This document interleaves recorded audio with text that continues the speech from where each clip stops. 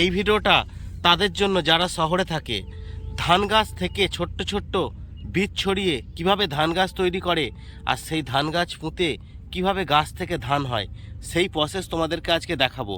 আজকে এসেছি মাঠেতে, আর মাঠে এসেই ভাবলাম এই ভিডিও একটা করব। সবুজ ধানের ক্ষেত, একদম বীজ ছড়ানো হয়েছে, কচি বীজ বসানো আছে, আর সেই বীজটা তোমাদেরকে দেখাই। আর এই বীজটা কিভাবে জমিতে পুঁতে গাছ হয় সেটাও তোমাদেরকে দেখাই। শুধু শহরের থেকে যারা ভিডিওটা দেখছো অবশ্যই চ্যানেলটাকে সাবস্ক্রাইব করে আমাদের পাশে থাকবে। চলো দেখা যাক।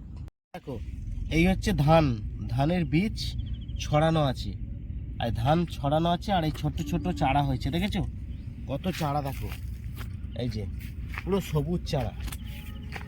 এই চারাগুলো তুলে এই যে একদম সবুজে সবুজ, এইগুলো হচ্ছে ধান বীজ ছড়িয়ে এই ছোট্ট চারা হয়েছে। এরপর এই চারা তুলে, ওই ধানের ছোট্ট চারা তুলে এইভাবে ধান গাছ রোপণ করা হয়। এমনি জল থাকবে, হালকা হালকা মাটি কাদা থাকবে। দেখো, এই গাছগুলো যখন বড় হবে তখন এতে ধান হবে। আর এই ছোট্ট এই দুটো তিনটে গাছ বসানো আছে, এগুলো সব ঝাড় হয়ে যাবে।